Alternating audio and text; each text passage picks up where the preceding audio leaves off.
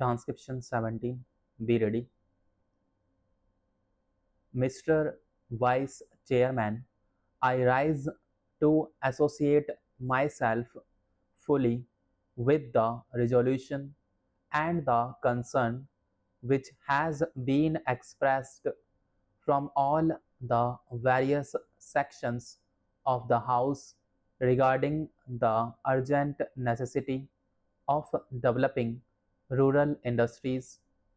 As time passes by, we are reaching a situation in our rural areas where something desperate needs to be done immediately if we want to preserve the social stability of the country and also to see that full use is made of the time and talent of the people in the rural areas which go waste today, as has been pointed out in the resolution.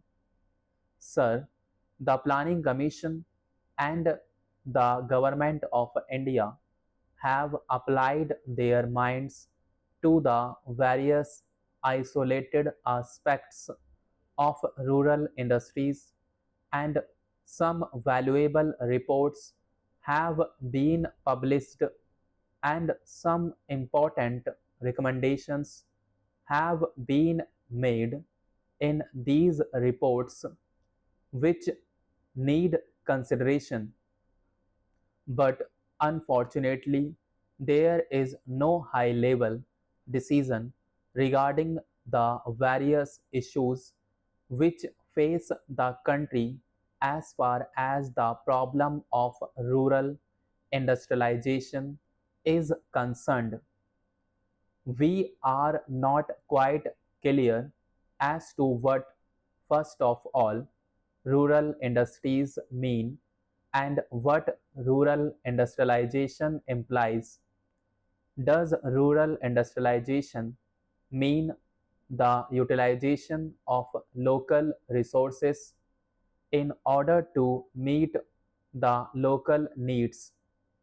Or does rural industrialization imply the creating of surplus in the rural areas which could be exchanged with the surplus in other centers of the country and thereby create a richer life for the rural areas?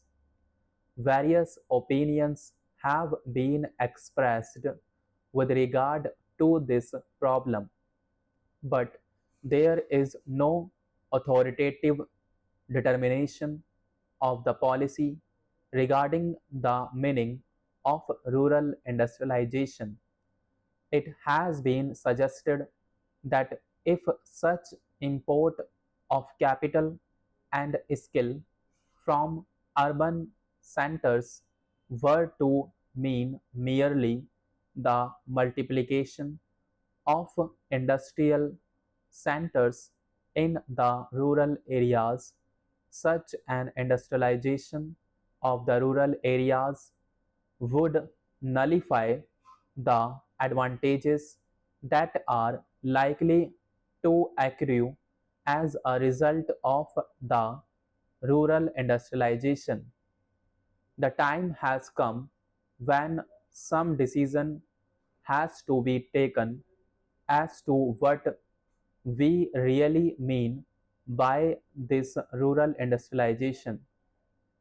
There is also difference of opinion regarding the authority that should undertake the responsibility for this rural industrialization. From the literature that has been published in this connection, it is quite obvious that two distinct and powerful schools have developed regarding this issue.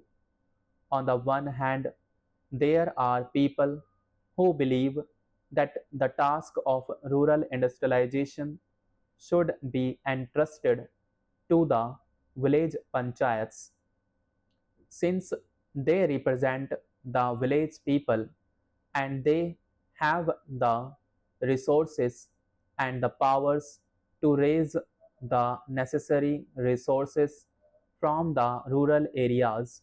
The panchayats, it is felt, are the competent authorities to deal with the problem of rural industrialization.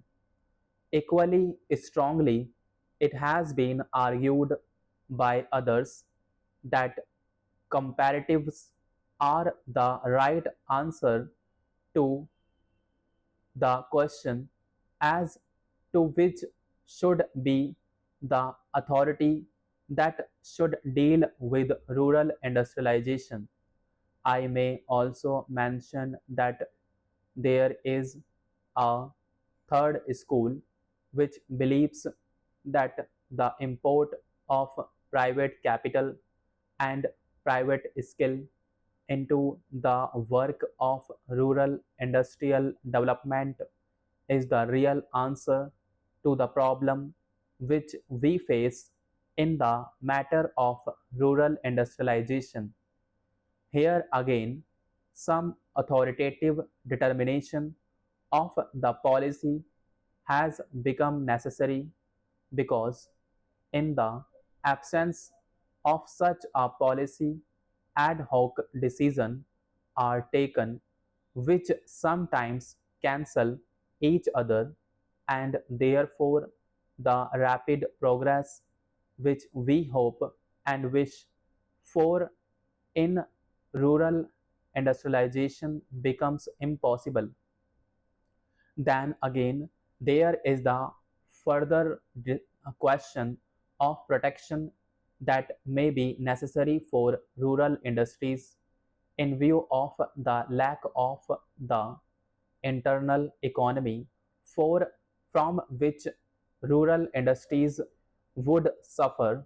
Whatever may be the answer to the first two questions, Professor Malkani has already referred to the question and various suggestions have been put forward. But all these suggestions require some detailed consideration as there are a large number of difficulties in implementing any one of these suggestions. Demarcation of markets and the imposition of taxes in order to see that goods from the urban centers do not reach the rural centers in unfairly competitive conditions are some of the suggestions that have been made. One great advantage of a vast country is the large number of markets that are available for the goods that are produced in the country.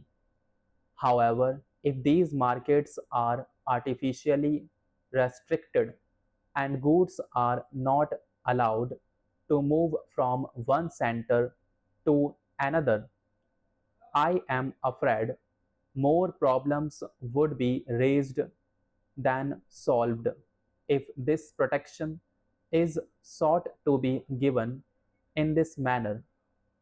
Yet, protection has to be given to the rural industries if these rural industries are to develop.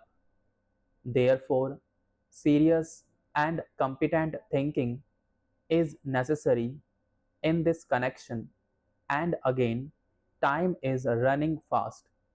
Therefore, it is desirable that we should have some authority which could examine the various issues involved and determine the policy with regard to this matter.